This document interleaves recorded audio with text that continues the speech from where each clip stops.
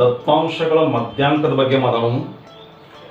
So ಮಧ್ಯಾಂಕ ಅಂದರೆ ಆ ಪದನ ಹೇಳುವ ಹಾಗೆ ಮಧ್ಯದಲ್ಲಿರುವ ಅಂಕವನ್ನ ಮಧ್ಯಾಂಕ ಅಂತ ಕರೀತಾರೆ. ಸೊ ಎದರದಪ್ಪ ಅಂದ್ರೆ ದತ್ತಾಂಶಗಳು. ಹಾಗಾದ್ರೆ ದತ್ತಾಂಶಗಳು ಯಾವ್ಯಾವ ರೀತಿ ಇರ್ತಾವು? ಈ ರೀತಿ ಇರ್ತಾವ ದತ್ತಾಂಶ. ಇಲ್ಲಿ ಬರೀ ದತ್ತಾಂಶಗಳ ರೀತಿಯನ್ನು ನಾವು ವ್ಯಕ್ತಪಡಿಸಿದ್ವಿ ನೋಡ್ರಿ. ಈ ಒಂದು ಅವರ್ಗೀಕೃತ ದತ್ತಾಂಶಗಳಂದ್ರೆ ಈ ರೀತಿ ಕಡಿಮೆ ಪ್ರಮಾಣದ ದತ್ತಾಂಶಗಳಿದ್ರೆ ಅವುಗಳನ್ನ ಈ ರೀತಿ ಕಾಮ ಹಾಕಿ ಪಟ್ಟಿ ಮಾಡ್ತೀವಿ. ಇವುಗಳನ್ನ ಅವರ್ಗೀಕೃತ ದತ್ತಾಂಶಗಳು ಅಂತ ಕರೀತಾರೆ.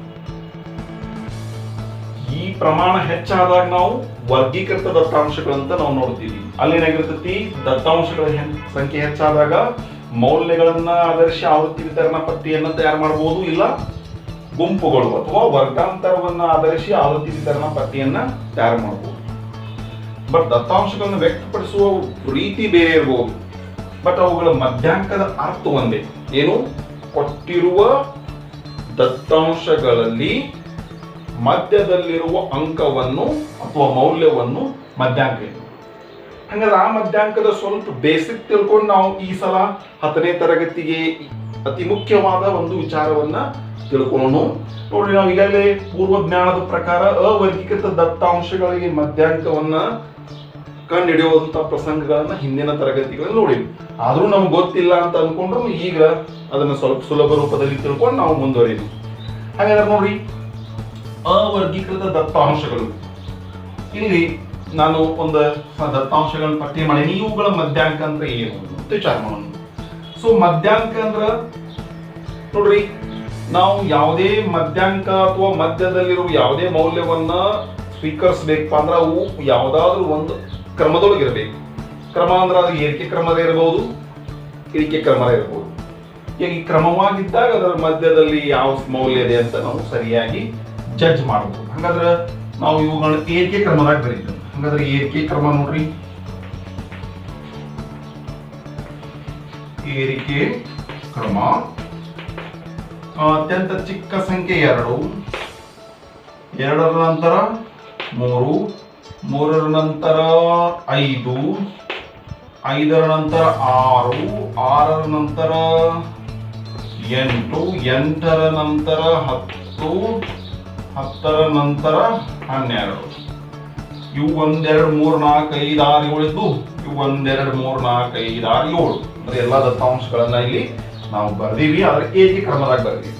ಇನ್ನು ನೋಡ್ರಿ, ಇವೇನ ಬಹಳಷ್ಟು 7 ದತ್ತಾಂಶಗಳಿರೋದ್ರಿಂದ ಸುಲಭವಾಗಿ ಮಧ್ಯದಲ್ಲಿರುವ ಅಂಕಕ್ಕೆ ನಾವು ತಲುಪಬಹುದು, ಮಧ್ಯಾಂಕವನ್ನು ತಲುಪಬಹುದು. ಹೆಂಗಪ್ಪ ಅಂದ್ರೆ ಈ ಕಡೆ 3 ಬಿಡ್ರಿ, ಈ ಕಡೆ 3 ಬಿಡ್ರಿ, ಇದು ಮಧ್ಯದಲ್ಲಿ ಐತಿ.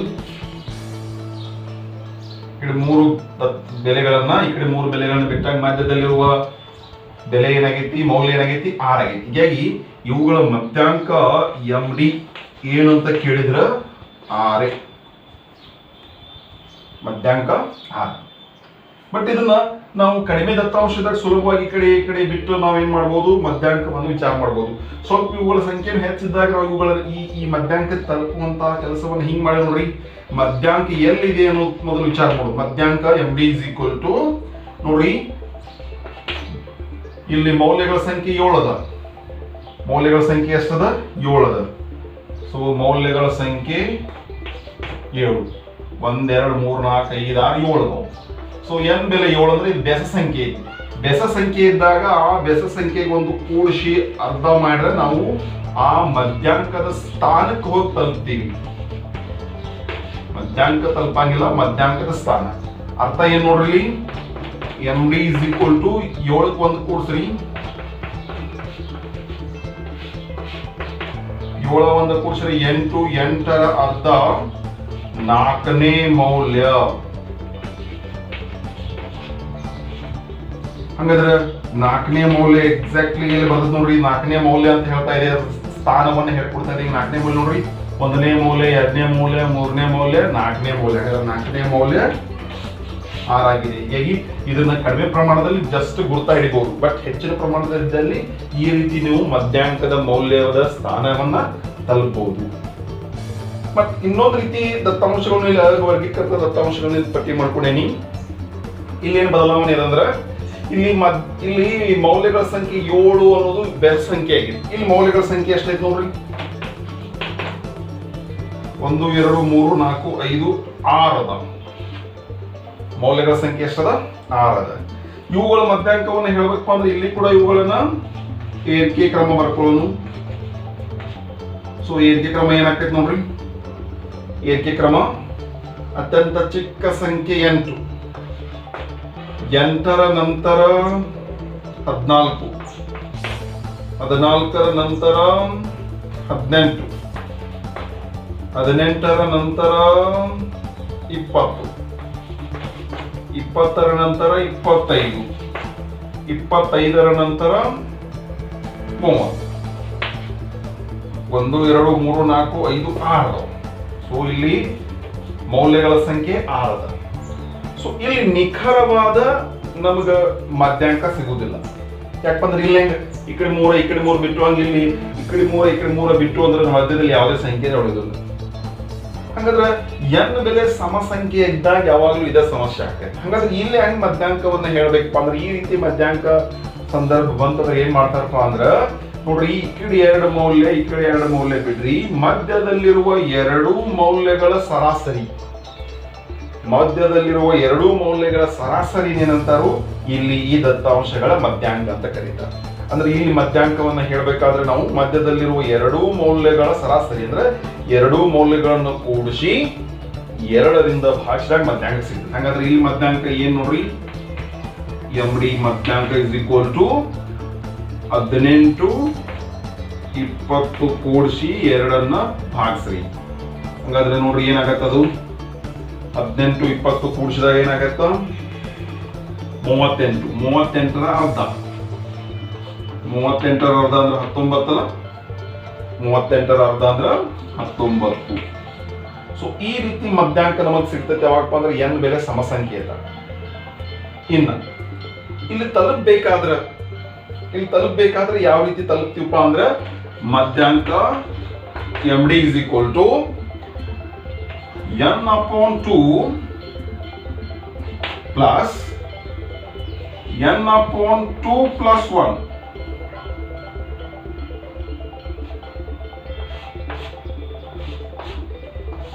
upon 2. n/2 ನೇ ಮೌಲ್ಯ ಮತ್ತು n/2 plus 1 ಈ ಒಂದು ಸ್ಥಾನದಲ್ಲಿ ನಮ್ಮ ಮಧ್ಯಾಂಕ ಸಿಗ್ತದೆ. ಹಾಗಾದ್ರೆ ಆ ಮಧ್ಯಾಂಕವನ್ನು ಹೆಂಗ್ ತಲುಪುದು ನೋಡ್ರಿ, ನೋಡ್ರಿ n/2 ಅಂದ್ರೆ ಏನ್ ಬೆಲೆ 6 ಐತಿ, 6ರ ಅರ್ಧ, ಆಮೇಲೆ n/2 plus 1 ಅಂದ್ರೆ 6ರ ಅರ್ಧ ಪ್ಲಸ್ 1 ಅಪಾನ್ 2. ಸೊ 6ರ ಅರ್ಧ ಅಂದ್ರೆ 3, 3ನೇ ಮೌಲ್ಯ ಪ್ಲಸ್ 6/2 ಅಂದ್ರೆ 3, ಇದು 2 ಒಂದ್ಲೆ 2 3 3 ಪ್ಲಸ್ 1 ಅಂದ್ರೆ 4ನೇ ಮೌಲ್ಯ ಅಂದಂಗ ಅಪಾನ್ 2. ಹಾಗಾದ್ರೆ 3ನೇ ಮೌಲ್ಯ ನೋಡ್ರಿ ಏನಾಗತ್ತ 1 2 3, 1ನೇ ಮೌಲ್ಯ 2ನೇ ಮೌಲ್ಯ 3ನೇ ಮೌಲ್ಯ ಅಂದ್ರೆ 3ನೇ ಮೌಲ್ಯ 18. ಆಮೇಲೆ 4ನೇ ಮೌಲ್ಯ ಅಂದ್ರೆ 1ನೇ ಮೌಲ್ಯ 2ನೇ ಮೌಲ್ಯ 3ನೇ ಮೌಲ್ಯ 4ನೇ ಮೌಲ್ಯ 4ನೇ ಮೌಲ್ಯ 20 ಅಪಾನ್ 2. ಆಮೇಲೆ 18 ಪ್ಲಸ್ 20 ಅಂದ್ರೆ 38, 38ರ ಅರ್ಧ ಎಷ್ಟು 19. ಇದು ಹೆಚ್ಚಿನ ಮೌಲ್ಯಗಳನ್ನ ಹೊಂದಿದ್ರೆ ಈ ರೀತಿ ಮಧ್ಯಾಂಕವನ್ನ ತಲುಪ್ತಿದ್ವಿ. ಬಟ್ ಈಗೆಲ್ಲ ಬೇಸಿಕ್, ಇದನ್ನೆಲ್ಲ ನಾವು ಹಿಂದಿನ ತರಗತಿಗಳಲ್ಲಿ ಕಲ್ತೀವಿ. ಆದ್ರೂ ಮಧ್ಯಾಂಕದ ಅರ್ಥ ಏನು ಏನಪ್ಪಾ ಅಂದ್ರೆ ಬೆಸ ಸಂಖ್ಯೆ ಇದ್ದಾಗ ನಮಗೆ ನಿಖರವಾದ ಮಧ್ಯಾಂಕ ಸಿಗ್ತೈತಿ, ಸಮ ಸಂಖ್ಯೆ ಇದ್ದಾಗ ಈ ರೀತಿ ನಾವು ಮಧ್ಯಾಂಕವನ್ನ ತಿಳ್ಕೊತೀವಿ. ಈಗ ಈ ಮಧ್ಯದಲ್ಲಿರುವ 2 ಮೌಲ್ಯಗಳ ಸರಾಸರಿನ ಇಲ್ಲಿ ಮಧ್ಯಾಂಕ ಆಗ್ತೈತಿ. ಇನ್ನ ಅದನ್ನು ತಲುಪುವ ದಾರಿ ಹಿಂಗದ, n/2 ನೇ ಮೌಲ್ಯ ಮತ್ತು n/2 plus 1 ನೇ ಮೌಲ್ಯವನ್ನ ಕಂಡುಹಿಡಿದು ಆ 2 ಮೌಲ್ಯಗಳನ್ನ ಕೂಡಿಸಿ ಅದರ ಸರಾಸರಿ ಅಥವಾ 2ರಲ್ಲಿ ಭಾಗಿಸಿದ ಮೊತ್ತವನ್ನು 2ರಲ್ಲಿ ಭಾಗಿಸಿದ ನಮಗ ಮಧ್ಯಾಂಕವನ್ನ ತಲುಪ್ತಿದೆ ಹೆಚ್ಚಿನ ಮೌಲ್ಯಗಳಿದ್ದಾಗ. ಇನ್ನು ಈ ಎಲ್ಲ ಬೇಸಿಕ್ ಏನಪ್ಪಾ ಅಂದ್ರೆ ಮಧ್ಯಾಂಕವನ್ನ ಕಂಡುಹಿಡಿಯೋದನ್ನ ನೀವು ಹಿಂದಿನ ತರಗತಿಯಲ್ಲಿ ಕಲ್ತೀರಿ. ಇನ್ನು ನಮ್ಮ ಹೊಸದಾಗಿ ಏನ್ ತಿಳ್ಕೊಳ್ಳೋದಿಪ್ಪ ಅಂದ್ರೆ ವರ್ಗೀಕೃತ ದತ್ತಾಂಶಗಳಿಗೆ ಮಧ್ಯಾಂಕವನ್ನು ಹೆಂಗ್ ಕಂಡುಹಿಡಿಬೇಕು. ಅದರಲ್ಲಿ ಇಲ್ಲಿ ಮೌಲ್ಯಗಳು ಮತ್ತು ಆವೃತ್ತಿ ಕೊಟ್ಟಾಗ ಯಾವ ರೀತಿ ಮಧ್ಯಾಂಕವನ್ನ ವಿಚಾರ ಮಾಡ್ತೀವಿ ಅನ್ನೋದನ್ನ ಈಗ ನೋಡೋಣ.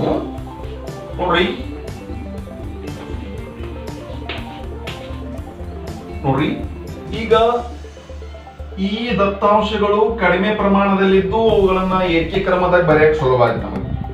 ಬಟ್ ಇಲ್ಲಿ ದತ್ತಾಂಶಗಳನ್ನ ಆವೃತ್ತಿ ಅನುಸಾರವಾಗಿ ಬರೆದದ್ದೇ ಯಾಕಪ್ಪ ಅಂದ್ರೆ ಈ ದತ್ತಾಂಶಗಳ ಸಂಖ್ಯೆ ಹೆಚ್ಚು ಪ್ರಮಾಣದಲ್ಲಿದ್ದಾಗ ಈ ರೀತಿ ಆವೃತ್ತಿ ವಿತರಣಾ ಪಟ್ಟಿ ತಯಾರು ಮಾಡ್ತೀವಿ. ಆದ್ರೂ ಮಧ್ಯಾಂಕದ ಅರ್ಥ ಬದಲಾಗಿಲ್ಲ ಅಂದ್ರೆ ಇಲ್ಲಿ ಯಾವ್ದು ಮಧ್ಯಾಂಕ, ಇಲ್ಲಿ ಯಾವ ರೀತಿ ಮಧ್ಯಾಂಕವನ್ನು ವಿಚಾರ ಮಾಡ್ಬೇಕು ಅಂದ್ರ ನೋಡ್ರಿ, ಈ ಕೊಟ್ಟಿರುವ ಈ ದತ್ತಾಂಶಗಳನ್ನ ನಾವು ಈ ರೀತಿ ಕಂಬ ಸಾಲಾಗಿ ಪಟ್ಟಿ ಮಾಡ್ಕೊಂಡ್ರ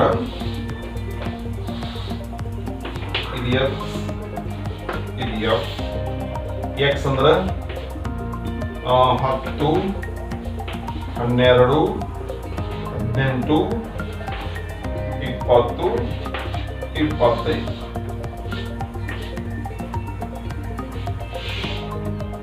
ಆವೃತ್ತಿ 2, 10, 6, 8, 4.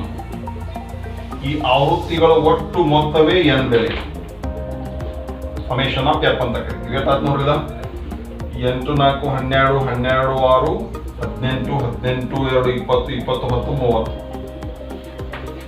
ಸೊ ಎನ್ ಬೆಲೆ 30. ಅಂದ್ರೆ ಇಲ್ಲಿ 30 ಮೌಲ್ಯಗಳದಾವು, 30 ಪ್ರಾಪ್ತಾಂಕಗಳದಾವು. ಈ 30 ಪ್ರಾಪ್ತಾಂಕಗಳಲ್ಲಿ ನಮಗೆ ಮಧ್ಯ ಬೆಲೆ ಯಾವುದು, ಮಧ್ಯಾಂಕ ಯಾವುದು ಅಂತ ವಿಚಾರ ಮಾಡೋದಾದ್ರ ನೋಡ್ರಿ, ಈ 30 ಅನ್ನೋದು ಸಮಸಂಖ್ಯೆ ಇರಲಿ, ಆದ್ರೂ ನಮ್ಗಿಲ್ಲಿ ಮಧ್ಯದ ಒಂದು ಬೆಲೆ ಬೇಕಪ್ಪ ಅಂದ್ರ, ಮಧ್ಯಾಂಕ ಬೇಕಪ್ಪ ಅಂದ್ರ ನಾವು ಇಲ್ಲಿ ಈ ದತ್ತಾಂಶಗಳ ಈ ಏನು ಆವೃತ್ತಿ ಐತೆ ಈ ಆವೃತ್ತಿಯನ್ನ ಈ ರೀತಿ ಕೂಡಿಸಿ ಬರೀವಿ. ಇದಕ್ಕ ಸಂಚಿತ ಮೊತ್ತ ಅಂತ ಕರೀತಾರೆ, ಸಿ ಎಫ್. ಹೆಂಗಪ್ಪ ಅಂದ್ರೆ ಮೊದಲನೇ ಬೆಲೆಯನ್ನ ಹಾಗೆ ಇಡೋದು ಅಂದ್ರ 10 ಅನ್ನೋ ಮೌಲ್ಯ 2 ಬಾರಿ ಪುನರಾವರ್ತನೆ ಆಗೈತಿ, ಅಥವಾ ಎರಡು ಮೌಲ್ಯಗಳು 10 ಆಗ್ಯಾವು. ಇನ್ನ ಮುಂದಿನ 10 ಮೌಲ್ಯಗಳು ಏನಾಗ್ಯಾವಪ್ಪ ಅಂದ್ರೆ 12 ವರೆಗೆ ಅದಾವು. ಹೀಗಾಗಿ ನೋಡ್ರಿ 12 10 ಸಲ ರಿಪೀಟ್ ಆಗೈತಿ. ಹೀಗಾಗಿ ಏನ್ ಮಾಡೋದು, ಈ 2ಕ್ಕೆ 10 ಕೂಡಿಸಿದ್ರೆ ಎಷ್ಟಾಗೈತೆ ನೋಡ್ರಿ, 2 10 ಕೂಡಿಸಿದ್ರೆ 12. ಅಂದ್ರೆ ಇಲ್ಲಿವರೆಗೆ ದತ್ತಾಂಶಗಳು 12 ಅದಾವು, ಇಲ್ಲಿವರೆಗೆ ದತ್ತಾಂಶಗಳು 2 ಇದ್ವು, ಹೌದಾ? ಇನ್ನು ಇಲ್ಲಿವರೆಗೆ ದತ್ತಾಂಶಗಳು ಎಷ್ಟು ಅದಾವ ನೋಡ್ರಿ, 12ಕ್ಕೆ 6 ಕೂಡಿಸ್ರಿ, 12, 6, 18, ಹೌದಾ? ಹಂಗಾದ್ರೆ 12ಕ್ಕೆ 6 ಕೂಡಿಸ್ರಿ 18. ಈ 18ರವರೆಗೆ 18ನೇ ದತ್ತಾಂಶಗಳು. ನಂತರ 18ಕ್ಕೆ 8 ಕೂಡಿಸ್ರಿ, 18, 8, 24. ಅಂದ್ರೆ 20ರವರೆಗೆ 26 ದತ್ತಾಂಶಗಳು. ಹಂಗೆ 26ಕ್ಕೆ 4 ಕೂಡಿಸ್ರಿ, 30. ಅಂದ್ರೆ ಈ 25 ಅನ್ನುವಂತ ಮೌಲ್ಯದವರೆಗೆ ನೀವು ತಲುಪಿದಾಗ 30 ದತ್ತಾಂಶಗಳು ಇರ್ತವೆ. ಸೊ ಈ ರೀತಿ ತಿಳ್ಕೊಳ್ಳೋದು ಎದ್ರ ಸಲುವಾಗಿಪ್ಪ ಅಂದ್ರೆ ನೋಡ್ರಿ, ಇಲ್ಲಿ ಮಧ್ಯಾಂಕ ಬೇಕಾಗೈತಿ. ಮಧ್ಯಾಂಕ ಏನಾಗ್ತೈತಿ, ಮಧ್ಯಾಂಕದ ಜಾಗವನ್ನ, ಮಧ್ಯಾಂಕದ ಸ್ಥಾನ ಅದು ಎಲ್ಲಿರುತ್ತೆ ಅಂತ ಹೆಂಗ್ ತಿಳ್ಕೊಳಪ್ಪ ಅಂದ್ರೆ ಇಲ್ಲಿ ಕೂಡ n/2 ಮಾಡ್ರಿ. n/2 ಅಂದ್ರೆ ಏನಾಗ್ತೈತಿ ಅಂದ್ರೆ 30ರ ಅರ್ಧ. 30ರ ಅರ್ಧ ಎಷ್ಟು, 15ನೇ ಮೌಲ್ಯ. ಅಂದ್ರೆ ನಮ್ಮ 15ನೇ ಮೌಲ್ಯದ ಸ್ಥಾನದಲ್ಲಿ ನಮ್ಮ ಮಧ್ಯಾಂಕ ಇರಬಹುದು. ಅದರ ಆ 15ನೇ ಸ್ಥಾನ ಎಲ್ಲಿ ಬರ್ತದೆ ನೋಡಿ, ಇಲ್ಲಿವರೆಗೆ 2 ಮೌಲ್ಯಗಳವು. 12 ಅನ್ನುವಂತ ಸಂಖ್ಯೆ ಒಳಗೆ 12 ಮೌಲ್ಯಗಳವು. ಆಮೇಲೆ ಈ 15 ಅನ್ನೋದು ಎಲ್ಲಿ ಬರ್ತೈತಪ್ಪ ಅಂದ್ರೆ 12ರ ನಂತರ 18ರ ಒಳಗೆ ಬರ್ತದೆ.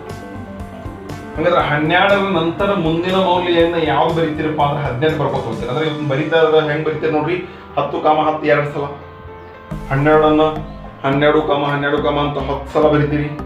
ಸೊ 10ನ್ನ 2 ಸಲ ಬರೆದಾಗ 12ನ್ನ 10 ಸಲ ಬರೆದಾಗ 12 ಸಲ 12 ದತ್ತಾಂಶ ಇರ್ತಾವ.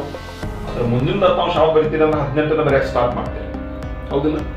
ಹಂಗಾದ್ರೆ 12ರ ನಂತರ 18ರ ಒಳಗೈತಿ. 15 ಅಂದ್ರೆ ನಮ್ಮ ಮಧ್ಯಾಂಕ ಯಾವ್ದಂದ್ರೆ 12ರ ನಂತರ ಬರಿಬಹುದಾದ ಎಲ್ಲಾ ಸಂಖ್ಯೆಗಳು ಎಷ್ಟು ನಾವು ಇವಾದವು. ಹಂಗಾದ್ರೆ ನಮ್ಗೆ ಬೇಕಾದ ಮಧ್ಯಾಂಕ ಇಲ್ಲಿ ಮಧ್ಯಾಂಕ. ಸೊ ಇಲ್ಲಿರುವ ಮಧ್ಯಾಂಕ 15ನೇ ಮೌಲ್ಯ ಬರ್ತೈತಿ. ಇದು 12ನೇ ಮೌಲ್ಯ, ಹಾಗಾದ್ರೆ 13ನೇ ಮೌಲ್ಯ ಇದೆ, 14ನೇ ಮೌಲ್ಯನೂ ಇದೆ, 15ನೇ ಮೌಲ್ಯನೂ ಇದೆ. ಮುದೋಕೈತಿ. ಬಟ್ ನಮಗೆ 15ನೇ ಮೌಲ್ಯ ಯಾವುದು ಅಂತ ಕೇಳಿದ್ರೆ 18.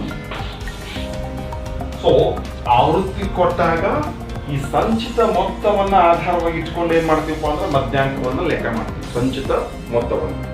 ಓಕೆ, ಇದು ನಿಮಗೆ ಅರ್ಥ ಮಾಡ್ಕೊಡ್ರಿ. ಸೊ ಆವೃತ್ತಿ ಕೊಟ್ಟಾಗ ನಾವು ಏನ್ ಮಾಡಬೇಕು, ಸಂಚಿತ ಮೊತ್ತವನ್ನ ಬರೆದು n/2 ಬೆಲೆಯನ್ನ ವಿಚಾರ ಮಾಡಿದಾಗ ಅದು ಎಷ್ಟು ಬೆಲೆ ಸೂಚಿಸ್ತದೆ ಆ ಮೌಲ್ಯವನ್ನ ಎಲ್ಲಿ ಬರ್ತೈತೆ ಅಂತ ವಿಚಾರ ಮಾಡ್ಬೇಕು. ಈಗ 15 ಬಂದಿತ್ತು ಅಂದ್ರೆ ಇದು 12 ಮತ್ತು 18 ನಡುವೆ ಬಂದಿದೆ. ಹೀಗಾಗಿ ಅತಿ ಚಿಕ್ಕ ಸಂಖ್ಯೆ ಬಿಡೋದು, ಹೆಚ್ಚಿನ ಸಂಖ್ಯೆಯ ವರ್ಗ ಮೌಲ್ಯವನ್ನು ತಗೋಬೇಕು. ಹೀಗಾಗಿ 12 ನಂತರ ಬರಬೇಕಾದದ್ದು 18, ಅಂದ್ರೆ ಅದರ ಮೌಲ್ಯ ಐತಿ 18. ಇದೇ ಮಧ್ಯಾಂಕ. ಸೊ ಇಲ್ಲಿ ಕೂಡ ನಿಖರವಾಗಿ ಮಧ್ಯಾಂಕವನ್ನ ಹೇಳ್ಬಹುದು.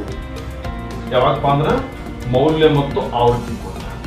ಬಟ್ ಇಲ್ಲಿವರೆಗೆ ಹೇಳಿದ್ದೆಲ್ಲ ನಾನು ಬೇಸಿಕ್, ಮಧ್ಯಾಂಕದ ಅರ್ಥ ಬದಲಾಗಿಲ್ಲ. ಬಟ್ ಸ್ವಲ್ಪ ಇಲ್ಲಿ ವಿಚಾರ ಮಾಡಿದ್ದು ಮತ್ತು ಇಲ್ಲಿ ವಿಚಾರ ಮಾಡಿದ್ದು ಸ್ವಲ್ಪ ಭಿನ್ನತೆ ಅನಿಸ್ಬೋದು. ಬಟ್ ಅತಿ ಇಂಪಾರ್ಟೆಂಟ್ ಯಾವಪ್ಪ ಅಂತ ಕೇಳಿದ್ರೆ ಇಲ್ಲ, ಇದು 10ನೇ ತರಗತಿಗೆ ಕೇಳಬಹುದಾದಂತ ಸಂದರ್ಭ.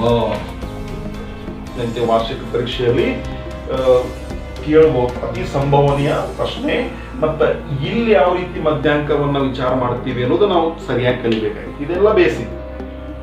ಸೊ ಸಾಧ್ಯವಾದ ಪುನರಾವಲೋಕನ ಮಾಡಿಕೊಳ್ಳಂತ ನಾ ಹೇಳಿನಿ. ಬಟ್ ಇದೆಲ್ಲವನ್ನು ಬಿಟ್ಟು ಇದಕ್ಕೆ ನೀವು ಹೆಚ್ಚು ಮಹತ್ವ ಕೊಡಬೇಕಾಗೈತಿ. ಮತ್ತೆ ಇಲ್ಲಿ ವಿಚಾರ ಮಾಡಿದ ರೀತಿ ಇಲ್ಲಿ ಏನಾದ್ರು ಮಾಡಕ್ ಬರ್ತೈತಿ ಅಂತ ವಿಚಾರ ಮಾಡೋದಾದ್ರ, ಇಲ್ಲಿ ನೈಜ ಮೌಲ್ಯಗಳು ಗೊತ್ತಿದ್ವು, ಇಲ್ಲಿ ನೈಜ ಮೌಲ್ಯಗಳು ಯಾವ್ಯಾವ ಅಂತ ಗೊತ್ತಿದ್ವು, ಇಲ್ಲಿ ನೈಜ ಮೌಲ್ಯಗಳು ಗೊತ್ತಿರುವುದಿಲ್ಲ. ಅರ್ಥ ಏನು ನೋಡ್ರಿ, ಇದು ವರ್ಗಾಂತರ ಅಂದ್ರೆ ಗುಂಪು ಅಷ್ಟೇ. ನೋಡ್ರಿ, 5ರಿಂದ 10ರ ಒಳಗೆ 4 ಸಂಖ್ಯೆ ಬರ್ತಾವಂತ. ಯಾವ ಬರ್ತಾವು ಗೊತ್ತಿಲ್ಲ. ಹಂಗ 15ರಿಂದ 20ರೊಳಗೆ 7 ಸಂಖ್ಯೆ ಬರ್ತಾವ. ಅವು ಯಾವ್ಯಾವು ಅನ್ನೋದನ್ನ ಫಿಕ್ಸ್ ಹೇಳಕ್ ಬರೋದಿಲ್ಲ. ಆದ್ರೂ ಇಲ್ಲಿ ಮಧ್ಯಾಂಕ ಬೇಕು ಅಂದ್ರೆ ಇದಕ್ಕೆ ತನ್ನದೇ ಆದ ಒಂದು ವಿಧಾನ ಅದ. ಸೊ ಆ ತನ್ನದೇ ಆದ ವಿಧಾನವನ್ನ ನಾವು ಈಗ ಅಭ್ಯಾಸ ಮಾಡೋಣ. ಸೊ ಇವು 2 ಬೇಸಿಕ್ ಅನ್ನ ತಿಳ್ಕೊಂಡಿರೋದ್ರೆ ಇದನ್ನ ನಾನು ಅಳಿಸಿ ಹಾಕ್ತೀನಿ. ಅದ್ರ ಬಗ್ಗೆ ಹೆಚ್ಚು ಕಾನ್ಸಂಟ್ರೇಷನ್ ಕೊಟ್ಟು ಏನ್ ಮಾಡೋದು, ನಾವು ಮಧ್ಯಾಂಕವನ್ನ ಕಂಡುಹಿಡಿಯೋದನ್ನ ಕಲಿಯೋದು. ಹಾಗಾದ್ರೆ ಆ ದತ್ತಾಂಶಗಳನ್ನ ಇನ್ನೊಮ್ಮೆ ಇಲ್ಲಿ ಬರ್ಕೊಂಡಿದ್ದೀನಿ. ಮತ್ತೆ ಈ ಒಂದು ದತ್ತಾಂಶಗಳನ್ನ ನಾವು ವಿಚಾರ ಮಾಡೋದಾದ್ರೆ ಇವು ವರ್ಗಾಂತರ ಅಂದ್ರೆ ಗುಂಪುಗಳನ್ನ ಆಧರಿಸಿ, ಆವೃತ್ತಿಯನ್ನ ಆಧರಿಸಿ ನಾವು ಈ ರೀತಿ ವರ್ಗೀಕೃತ ಪಟ್ಟಿಯನ್ನ ತಯಾರು ಮಾಡಿದ್ರೆ ಇವುಗಳನ್ನು ಕೂಡ ವರ್ಗೀಕೃತ ದತ್ತಾಂಶಗಳಂತ ಕರಿತೀವಿ. ಇದು ನಮ್ಮ 10ನೇ ತರಗತಿಗೆ ಸಂಬಂಧಪಟ್ಟಂಗೆ ಬಹಳ ಮುಖ್ಯವಾದ ಪ್ರಶ್ನೆ ಅಂತ ಅನ್ಕೊಳ್ಳೋಣ. ಇನ್ನ ಇದಕ್ಕ ನಾವು ಮಧ್ಯಾಂಕವನ್ನ ವಿಚಾರ ಮಾಡೋದು. ಮಧ್ಯಾಂಕದ ಅರ್ಥ ಇಲ್ಲಿ ಬದಲಾಗಿಲ್ಲ. ಇಲ್ಲಿ ಕೂಡ ಕೊಟ್ಟಿರುವ ದತ್ತಾಂಶಗಳಲ್ಲಿ ಮಧ್ಯದಲ್ಲಿರುವ ಮೌಲ್ಯವೇ ಮಧ್ಯಾಂಕ. ಹಾಗಾದ್ರೆ ಯಾವ್ದು ಮಧ್ಯದಲ್ಲಿ ಐತಿ ಅಂತ ನಾವು ಸುಲಭವಾಗಿ ಹೇಳಕ್ ಸಾಧ್ಯ ಇಲ್ಲ. ಇದಕ್ಕ ಕೆಲವೊಂದಿಟ್ಟು ಪ್ರಾಯೋಗಿಕ ತಂತ್ರಗಳನ್ನ ಆಧರಿಸಿ ಸೂತ್ರವನ್ನ ರಚನೆ ಮಾಡ್ಯಾರ. ಈ ರೀತಿ ಇದ್ದಾಗ ಮಧ್ಯಾಂಕವನ್ನ ಕೇಳ. ಹಾಗಾದ್ರೆ ಸೂತ್ರವ ಹೆಂಗ ಬಂತು ಅನ್ನೋ ಪ್ರಶ್ನೆಗೆ ನಿಮ್ಗೆ ಉತ್ತರ ಬೇಕಾದ್ರೆ ಇದು ಹೆಚ್ಚಿನ ಜ್ಞಾನಕ್ಕಾಗಿ ಇದನ್ನ ನೀವು ನಿಮ್ಮ ಶಿಕ್ಷಕರ ಸಹಾಯದಿಂದ ಪಡೀರಿ. ಬಟ್ ಈ ನನ್ನ ವಿಡಿಯೋದಲ್ಲಿ ನಾ ಅದರ ಸೂತ್ರದ ಸಾಧನೆಯನ್ನು ಹೇಳೋದಿಲ್ಲ, ಆ ಸೂತ್ರದ ನೇರವಾಗಿ ಬಳಸ್ತೇನೆ. ಇನ್ನು ಆ ಸೂತ್ರವನ್ನ ನೀವು ನೆನಪಿಟ್ಟುಕೊಂಡಿದ್ರೆ ಆ ಸೂತ್ರದ ಸಹಾಯದಿಂದ ಸುಲಭವಾಗಿ ಮಧ್ಯಾಂಕವನ್ನ ಕಲಿತೀವಿ. ಹಾಗಾದ್ರೆ ಈ ದತ್ತಾಂಶಗಳಿಗೆ ನಾನು ಆ ಸೂತ್ರದ ಪರಿಚಯ ಮಾಡೋಕ್ಕಿಂತ ಮುಂಚೆ ಆ ಸೂತ್ರ ಏನೈತಿ ಅಂತ ನಾನು ಇಲ್ಲಿ ಬರೀತೀನಿ. ಆ ಸೂತ್ರವನ್ನು ನೋಡೋದು. ಸೊ ಆ ಸೂತ್ರ ಏನದಪ್ಪ ಅಂದ್ರ ಮಧ್ಯಾಂಕ MD = L + × H. ನಾ ಮಧ್ಯದ ಆವರಣ ಯಾಕೆ ತುಂಬಿಲ್ಪ ಅಂದ್ರೆ ನಿಮಗೆ ಒಂದು ಸಹಾಯ ಆಗಲಿ. ಏನಪ್ಪಾ ಅಂದ್ರೆ ನೀವು ಬಹುಲಕದ ಸೂತ್ರವನ್ನು ನೆನ್ಪಿಡುತ್ತನ್ಯಾಗ ಇದೇ ರೀತಿನ ಐತಿ ಸೂತ್ರ, ಓನ್ಲಿ ಇಲ್ಲಿ ಬದಲಾವಣೆ ಐತಿ. L + H ಮಧ್ಯಾಂಕದ ಸೂತ್ರದ ಮತ್ತು ಬಹುಲಕದ ಸೂತ್ರದಾಗ ಸೇಮ್ ಐತಿ. ಇಲ್ಲಿ ಏನ್ ಬದಲಾವಣೆ ಐತಪ್ಪ ಅಂದ್ರೆ ಇಲ್ಲಿ n/2 - C/F. ಇದು ಮಧ್ಯಾಂಕ ಕಂಡುಹಿಡಿಯುವ ಸೂತ್ರ. ಇನ್ನು ಈ ಒಂದು ಸೂತ್ರದಲ್ಲಿರುವ ಪ್ರತಿಯೊಂದು ಅಂಶಗಳ ನಿಮಗೆ ಬೆಲೆ ಗೊತ್ತಾದವು ಅಂದ್ರೆ ಅವುಗಳನ್ನ ಈ ತರ ತುಂಬುದ್ರ ಮೂಲಕ ಮಧ್ಯಾಂಕ ಕಂಡುಹಿಡಿಯಬೇಕು. ಅಂದ್ರೆ ಇಲ್ಲಿ ಹೆಚ್ಚು ಯೋಚನೆ ಮಾಡೋಕ್ಕಿಂತಲೂ ಈ ಸೂತ್ರವನ್ನ ಕರೆಕ್ಟ್ ಆಗಿ ನೆನಪಿಟ್ಟುಕೊಂಡು ಅದನ್ನ ಬಳಸೋದನ್ನ ಕಲ್ತಿರಿದ್ರೆ ನಿಮ್ಗೆ ಸುಲಭವಾಗಿ ಅಂಕಗಳನ್ನು ಗಳಿಸ್ಬೋದು. ಸೊ ಈ ಸೂತ್ರವನ್ನು ನೀವು ಕರೆಕ್ಟ್ ಆಗಿ ನೆನಪಿಟ್ಕೊಡ್ರಿ. ಇನ್ನು ಈ ಸೂತ್ರದ ಬಳಕೆ ಹೆಂಗ್ ಮಾಡ್ಕೊಂಡು ಯಾವ ರೀತಿ ಮಧ್ಯಾಂಕವನ್ನ ಕಂಡುಹಿಡಿದು ನೋಡ್ರಿ. ಈ ಸೂತ್ರದಲ್ಲಿ ಹಲವಾರು ಅಂಶಗಳದಾವ. ಆ ಅಂಶಗಳ ಅರ್ಥ ಒಮ್ಮೆ ತಿಳ್ಕೊಂಡು ಆಮೇಲೆ ಇಲ್ಲಿ ಬರೋಣ. ಸೊ ಎಲ್ ಅಂದ್ರೆ ಏನು? ಎಲ್ ಅಂದ್ರೆ ನೋಡ್ರಿ ಮಧ್ಯಾಂಕವಿರುವ ವರ್ಗಾಂತರದ ನೈಜ ಕೆಳಮಿತಿ. ಎಲ್ಲಂದ್ರ ಮಧ್ಯಾಂಕವಿರುವ ವರ್ಗಾಂತರದ ನೈಜ ಕೆಳಮಿತಿ. ಆಮೇಲೆ ಎಫ್ ಅನ್ನು ಮಧ್ಯಾಂಕವಿರುವ ವರ್ಗಾಂತರದ ಆವೃತ್ತಿ. ಮಧ್ಯಾಂಕವಿರುವ ವರ್ಗಾಂತರದ ಆವೃತ್ತಿ. ಆಮೇಲೆ ಆಯ್ತು ಎಫ್ ಆಯ್ತು. ಇನ್ ಎಚ್ ವರ್ಗಾಂತರದ ಗಾತ್ರ ಎಚ್. ಆಮೇಲೆ ಎಚ್ ಆದ ನಂತರ ಮತ್ತೇನು ಉಳಿತು? C F. ಇದೇ ನೋಡ್ರಿ, ಮಧ್ಯಾಂಕವಿರುವ ವರ್ಗಾಂತರದ ಹಿಂದಿನ ಸಂಚಿತ ಮೊತ್ತ. ಮಧ್ಯಾಂಕವಿರುವ ವರ್ಗಾಂತರದ ಹಿಂದಿನ ಸಂಚಿತ ಮೊತ್ತಕ್ಕೆ ಏನಂತ ಕರೀತಾರೆ? C F. ಇನ್ ಎನ್ ಅಂತೂ ಗೊತ್ತೈತಿ, ಮೌಲ್ಯಗಳ ಸಂಖ್ಯೆ. ಎನ್ ಅಂತೂ ಮೌಲ್ಯಗಳ ಸಂಖ್ಯೆ. ಇಲ್ಲಿ ಮೌಲ್ಯಗಳ ಸಂಖ್ಯೆ ಎಷ್ಟೈತಿ ಅಂತ ಕೇಳಿದ್ರೆ ಇದನ್ನ ಎನ್ ಅಂತ ಕರಿಬಹುದು ಅಥವಾ ಸಮೇಷನ್ ಆಫ್ 70 ಕರಿಬಹುದು. ಇವತ್ತನ್ನು ಕೂಡಿಸ್ರಿ. 4 7 11 11 8 19 19 7 26 26 4 30 30 40. ಇಲ್ಲಿ 40 ದತ್ತಾಂಶಗಳು. 40 ದತ್ತಾಂಶಗಳ ಸಂಬಂಧಪಟ್ಟಂಗೆ ಇದು ಆವೃತ್ತಿ ವಿತರಣಾ ಪಟ್ಟಿ ಐತಿ. ಹಂಗಾದ್ರೆ ಇವೆಲ್ಲ ಮೌಲ್ಯಗಳನ್ನ ಇಲ್ಲಿ ತಿಳ್ಕೊಂಡಿವಲ್ಲ, ಈ ತಿಳ್ಕೊಂಡಂತ ಮೌಲ್ಯಗಳ ನಿಜವಾದ ಬೆಲೆಯನ್ನ ಈ ದತ್ತಾಂಶಗಳ ನೋಡಿ, ಈ ದತ್ತಾಂಶಗಳನ್ನ ಬಳಸಿ ಅವನ್ನೆಲ್ಲ ತಿಳ್ಕೊಂಡು ಆ ಸೂತ್ರ ತುಂಬಬೇಕು. ಹಾಗಾದ್ರೆ ತುಂಬಾಕ ಇಲ್ಲಿ ಸಿ ಎಫ್ ಸಂಚಿತ ಮೊತ್ತ ಒಂದು ಬೇಕಾಗಿತ್ತು. ಈಗ ಸಂಚಿತ ಮೊತ್ತ ನಾವು ಹಿಂದೂ ಎಕ್ಸ್ ಮತ್ತು ಎಫ್ ಕೊಟ್ಟಾಗೂ ತಿಳ್ಕೊಂಡಿವಿ. ಇಲ್ಲಿ ಸಂಚಿತ ಮೊತ್ತವನ್ನು ತಿಳ್ಕೊಂಡು, ಸೊ ಸಂಚಿತ ಮೊತ್ತ ಅಂದ್ರ ನೋಡ್ರಿ, 5 ರಿಂದ 10 ಒಳಗೆ ಎಷ್ಟು ದತ್ತಾಂಶಗಳದಾವು? 4. ಎಲ್ಲ ಸಂಚಿತ ಮೊತ್ತ. ಹಂಗ 15 ಒಳಗೆ ಎಷ್ಟು ದತ್ತಾಂಶಗಳದಾವು ಅಂತ ಕೇಳಿದ್ರೆ 4ಕ್ಕೆ 10 ಕೂಡಿಸ್ರಿ 14. ಅಂದ್ರೆ 15 ಒಳಗೆ 14 ದತ್ತಾಂಶಗಳದಾವು.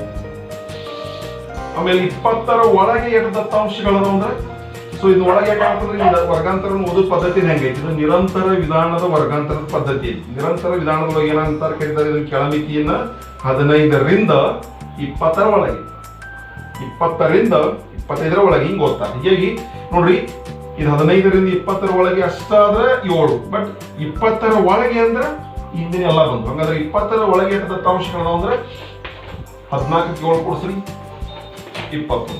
20 ಒಳಗೆ 21 ಸಂಖ್ಯೆ ಅದಾವ. ಆಮೇಲೆ 25 ಒಳಗೆ ಎಷ್ಟು ಅದಾವು?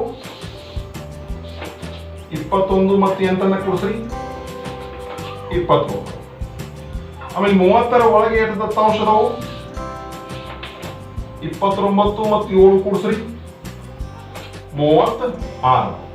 ಹಂಗ ಟೋಟಲ್ ಎಷ್ಟು ದತ್ತಾಂಶ ಅದ? 35 ಒಳಗೆ ಎಷ್ಟು ದತ್ತಾಂಶ ಅದಾವ ಅಂತ ಕೇಳಿದ್ರೆ 36ಕ್ಕೆ 4 ಕೂಡಿಸ್ರಿ 4. ಸೊ ಈ ರೀತಿ ಕೊಡ್ತಾ ಹೋದಾಗ ಇಲ್ಲಿ ಕೊನೆಯ ಮತ್ತು ಈ ಬೆಲೆ ಎರಡು ಒಂದಾಗ್ಬೇಕಂದ್ರೆ ನಾವು ಸರಿಯಾಗಿ ಸಂಕಲನ ಮಾಡಿ ಇವೆರಡು ಒಂದೇ ಬೆಲೆ ಆಗ್ಬೇಕು. ಓಕೆ, ಇನ್ನಿಷ್ಟು ದತ್ತಾಂಶಗಳಲ್ಲಿ ನಾವು ಮಾಡ್ಬೇಕು. ಕಂಬ ಸಾಲ ಅವ್ರು 2 ಸಾಲ ಕೊಟ್ಟರು ಈ ರೀತಿ ಕಂಬ ಸಾಲ ಬರ್ಕೊಂಡು ನಾವ್ ಏನ್ ಮಾಡ್ಬೇಕು ಅಂದ್ರೆ ಈ ರೀತಿ ಸಂಚಿತ ಮೊತ್ತವನ್ನ ಬರಿಬೇಕು. ಇನ್ನು ಮಧ್ಯಾಂಕವನ್ನ ನಾವು ಕಂಡುಹಿಡಿಬೇಕಾದ್ರೆ ಇವೆಲ್ಲ ಬೆಲೆಗಳು ನಮಗೆ ಬೇಕು. ಇವೆಲ್ಲ ಬೆಲೆಗಳು ಪಡಿಬೇಕು ಅಂದ್ರೆ ನಮಗ್ ಏನ್ ಬೇಕು ಹೇಳ್ರಿ? ನಮ್ಮ ಮಧ್ಯಾಂಕ ಯಾವ ವರ್ಗಾಂತರದಲ್ಲಿದೆ, ನಮ್ಮ ಮಧ್ಯಾಂಕ ಯಾವ ವರ್ಗಾಂತರದಲ್ಲಿದೆ ಅದು ಗೊತ್ತಾದ್ರೆ ಇವು ಅವುಗಳ ಸುತ್ತ ಬೆಲೆಗಳೆಲ್ಲ ಗೊತ್ತಾಗ್ತವೆ. ಹಾಗಾದ್ರೆ ನಮ್ಮ ಮಧ್ಯಾಂಕ ಯಾವ ವರ್ಗಾಂತರದಲ್ಲಿದೆ ಅಂದ್ರೆ ನಾವು ಅದನ್ನ n/2 ಅನ್ನುವಂತ ಬೆಲೆಯನ್ನ ತಿಳ್ಕೊಂಡು, n ಅಂದ್ರೆ ಎಷ್ಟೈತಿ? 40 ಐತಿ. 40ರ ಅರ್ಧ ಆದ್ರ ಎಷ್ಟು? 20. ಅಂದ್ರೆ 20ನೇ ಮೌಲ್ಯ ಎಲ್ಲಿ ಬರ್ತೈತಿ ಅಲ್ಲಿ ನಮ್ಮ ಮಧ್ಯಾಂಕ ಐತಿ. 20ನೇ ಮೌಲ್ಯ. ಹಾಗಾದ್ರೆ 20ನೇ ಮೌಲ್ಯ ಎಲ್ಲಿ ಬರ್ತೈತಿ ನೋಡ್ರಿ. ಈ 20 ಅನ್ನೋ ಸಂಖ್ಯೆ ಯಾವ ಒಂದು ಸಂಚಿತ ಮೊತ್ತದ ನಡಬಾರ್ಕೈತಿ ನೋಡ್ರಿ. ಸೊ ಇದು 4 14ರ ನಡಬಾರ್ಕ್ 20 ಇಲ್ಲ. 14 21ರ ನಡಬಾರ್ಕ್ 25 ನೋಡ್ರಿ. 14 ಮತ್ತು 21ರ ನಡಬಾರ್ಕ್ ಎಷ್ಟೈತಿ? 25. ಹಂಗಾದ್ರೆ 14ರ ನಂತರ ನೀವು ಏನೇನು ಬೆರೆಯಕ್ ಹೋಗ್ತೀರಿ? ಈಗ ಒಂದು ಗುಂಪಿನಾಗ ಸೇರ್ತೀರಿ. ಸೊ ಅದು ಎಲ್ಲಿವರೆಗೆ ಇರ್ತೈತಪ್ಪ ಅಂದ್ರೆ 21ರವರೆಗೆ. ಬಟ್ ಹಾಗಾದ್ರೆ 14ನೇ ಮೌಲ್ಯ ಅಂದ್ರೆ ಇದ್ರೊಳಗೆ ಬರ್ತದೆ. ಬಟ್ 15ನೇ ಮೌಲ್ಯ ಇದ್ರಾಗ ಬಂತು, 16ನೇ ಮೌಲ್ಯ ಇದ್ರಾಗ, 17ನೇ ಮೌಲ್ಯ ಇದ್ರಾಗ, 18ನೇ ಮೌಲ್ಯ, 21 19 20 ಮೌಲ್ಯ ಇದ್ರಾಗ, 21ನೇ ಮೌಲ್ಯ ಇದ್ರಾಗ. ಬಟ್ ನಮ್ಗೆ 20ನೇ ಮೌಲ್ಯ ಎಲ್ಲೈತಿ ತಿಳ್ಕೊಳ್ತೈತಿ. ಈಗ 20ನೇ ಮೌಲ್ಯ ಎಲ್ಲಿ ಬರ್ತದಪ್ಪ ಅಂದ್ರೆ ಈ ಒಂದು ಈ ಒಂದು ವರ್ಗಾಂತರದಾಗ ಬರ್ತದೆ. ಈಗ ಈ ಒಂದು ವರ್ಗಾಂತರವನ್ನ ನೀವು ಗುರ್ತಾ ಮಾಡ್ಕೊಳ್ರಿ. ಈ ಒಂದು ವರ್ಗಾಂತರ ಈ ಬೆಲೆಯನ್ನ ನೋಡಿ ನಮ್ಮ ಎಲ್ಲಿ ಮಧ್ಯಾಂಕ ಐತಿ ಅಂತ ತಿಳ್ಕೊಬೇಕು. ನೋಡಿ ಸರಿಯಾಗಿ ಅರ್ಥ ಮಾಡ್ಕೊಡ್ರಿ.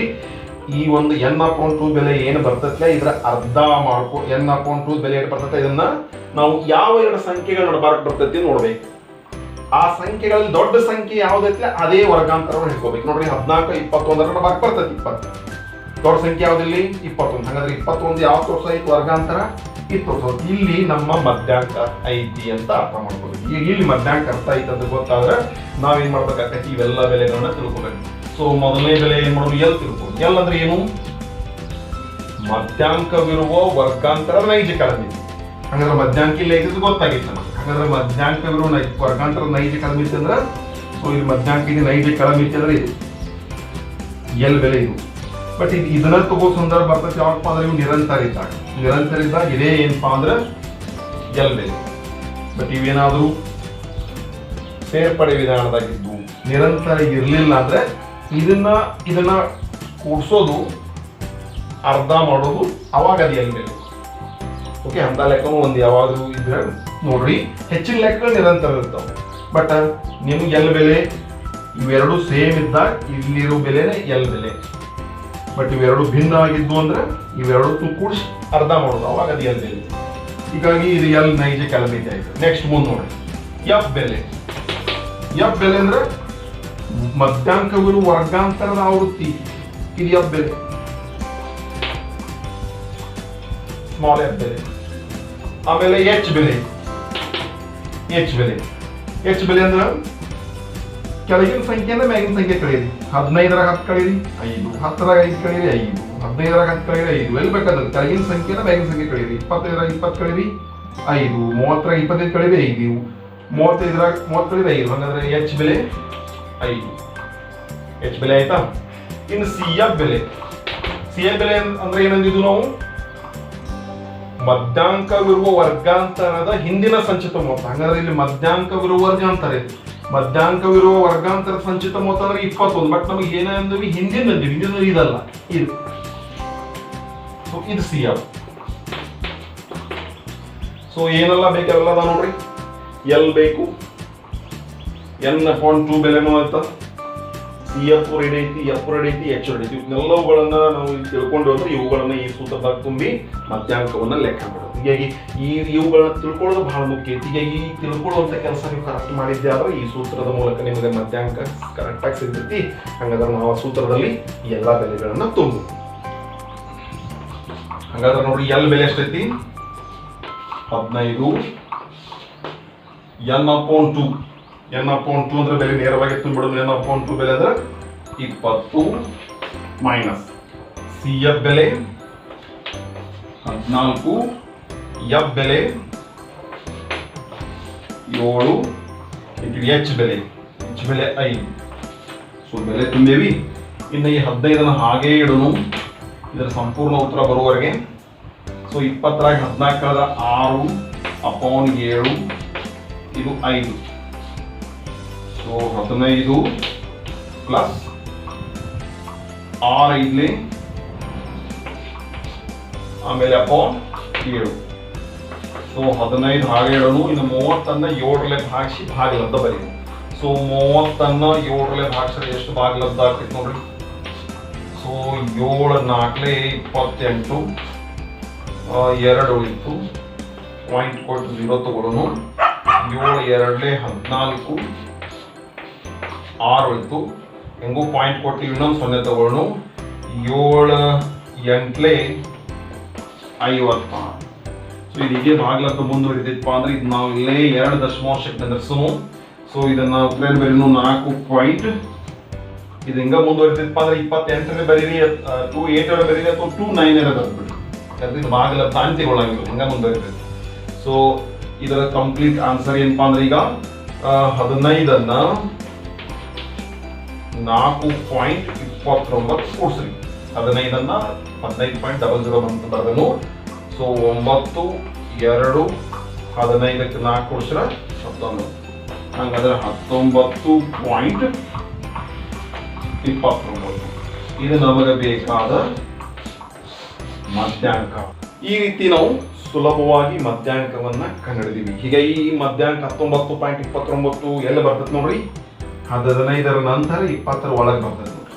19.29 ಈ ವರ್ಗಾಂತರದಲ್ಲೇ ಬರ್ತದಪ್ಪ ಅಂದ್ರೆ ಹಾಗೆ ಬರಬೇಕು. ನೀವು ಕರೆಕ್ಟಾಗಿ ಇದನ್ನ ಅರ್ಥ ಮಾಡ್ಕೊಂಡಿದ್ರೆ ಅದು ಹಾಗೆ ಕರೆಕ್ಟಾಗಿ ಬರ್ತದೆ. ಓಕೆ, ಸೊ ಈ ರೀತಿ ಸುಲಭವಾಗಿ ನೀವು ಮಧ್ಯಾಂಕವನ್ನ ಕಂಡುಹಿಡಿಬಹುದು ವರ್ಗೀಕೃತ ದತ್ತಾಂಶಗಳಿಂದ. ಸೊ ಹಿಂದಿನ ಬೇಸಿಕ್ ಅನ್ನ ನಾ ಸುಮ್ಮ ನಿಮಗೆ ನೆನಪು ಮಾಡೋದಕ್ಕೋಸ್ಕರ ಹೇಳಿ. ಆ ಸಂದರ್ಭ ಸಂಬಂಧಪಟ್ಟ ಪ್ರಶ್ನೆ ಕೇಳಿದ್ರು 1 ಅಂಕ ಅಥವಾ 2 ಅಂಕದ ಪ್ರಶ್ನೆ ಆಗಿರ್ಬೋದು. ಬಟ್ ಈ ಪ್ರಶ್ನೆ ಏನಾದರೂ ನಿಮಗೆ ಪರೀಕ್ಷೆಯಲ್ಲಿ ಕೇಳ್ತಾರಪ್ಪ ಅಂದ್ರೆ ಇದು 3 ಅಂಕದ ಪ್ರಶ್ನೆ ಆಗಿರ್ತೈತಿ. ನೀವು ಕರೆಕ್ಟಾಗಿ ಪ್ರಾಕ್ಟೀಸ್ ಮಾಡಿ ಈ ಸೂತ್ರವನ್ನು ಕರೆಕ್ಟಾಗಿ ನೆನಪಿಟ್ಕೊಡ್ರಿ. ಈ ಸೂತ್ರದ ಮೌಲ್ಯಗಳನ್ನು ಯಾವ ರೀತಿ ತಿಳ್ಕೋಬೇಕು ಅಂತ ನೀವು ತಿಳ್ಕೊಂಡಿದ್ದಾರೆ ಈ ಒಂದು ಲೆಕ್ಕ ನಿಮಗೆ ಸುಲಭ ಆಗ್ತೈತಿ.